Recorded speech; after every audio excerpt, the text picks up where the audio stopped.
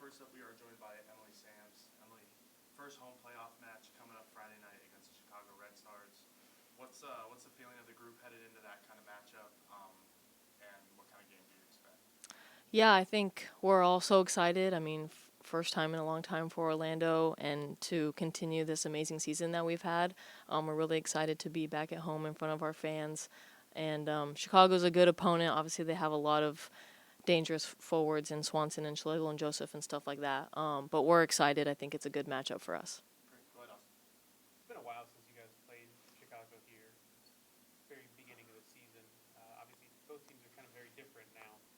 How much can you kind of glean from those early games against Chicago and the way you guys played against them heading into this match? Yeah, I think we would look at the one when we played them away to kind of look at the details of them and us. But I think, again, I think playoff games are different than I think we both have different mentalities coming in.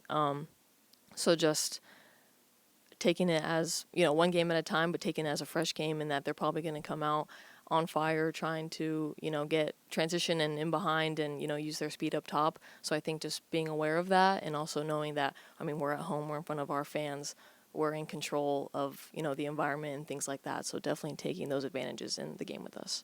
This is obviously your first playoff appearance. For most of the team, it's their first playoff appearance. How do you kind of change the mentality of regular season to playoffs and, approach a game like this where win and you move on, but you lose, the season's over? Yeah, I think we have to rely on the people that have been in playoffs before. So, we heard from Morgan and Carson and, Marta and players like that who have that, playoff or, lose and go home kind of experience. So, of course, we know that it's very serious and that if we don't perform well, we could possibly go home.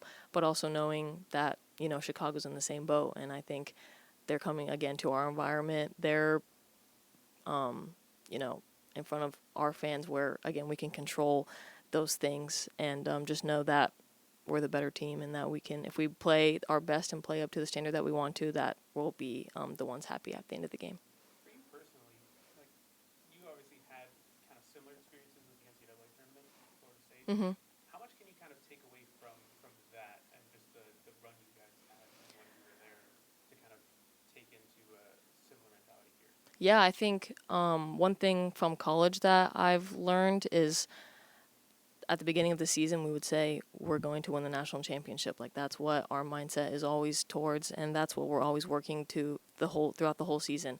So at the beginning of this season, we wrote down our goals, and we had, win the Shield, which we accomplished, and then number two, we had make playoffs and win the championship. So I think we've had that mindset from the start, which has been really good. We've come back to that at different points in the season and reminded ourselves that our big goals are to win the Shield and to win the championship. So just carrying that same momentum from a fantastic season into this first game.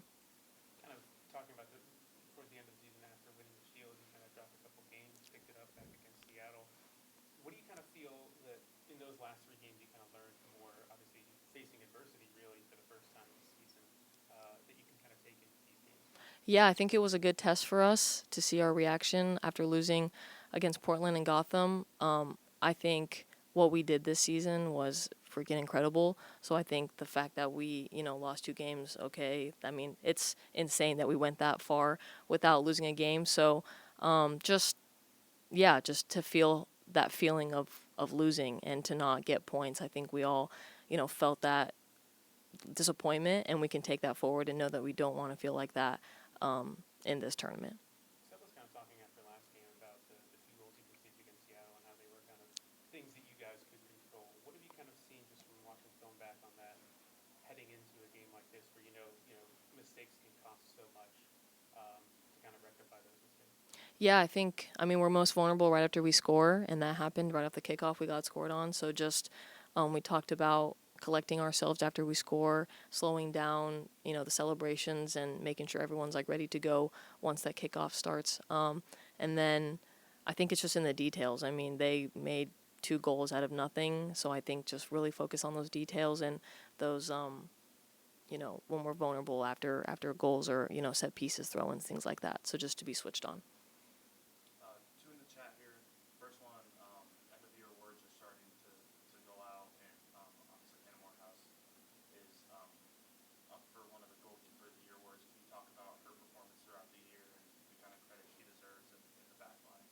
Yeah, I think it's been incredible. I mean, to set the record for shutouts, right? Pretty incredible. And I think her communication, her leadership on the field has been so helpful. I think she's really grown into a great leader for over the last 2 years that I've got to play with her. And also, I just think back to like some insane saves she's made, like against Kansas City, and I think of like the Bay FC save when we were at their place to secure us that shutout and that win. I think is just huge. I mean, yeah, she makes some incredible saves, but she's also just such a well-rounded player in person, and it's been great to, yeah, to get to play with her this season. The second one obviously focused on playoffs this week, but last week you got to make your first earn your first cap for the U.S. women's national team, your first start and your first win. Can you just talk us through the feelings after that game and the emotions of getting that first cap? Yeah, for sure. I think just to be able to share a space with so many national team, legends that have given so much to the national team and to their country, and to just to be able to share the locker room and at the Olympics, and then now to be able to come back to the U.S. and get to celebrate the Olympic win and to play with those players on the field was just an incredible feeling and a huge honor.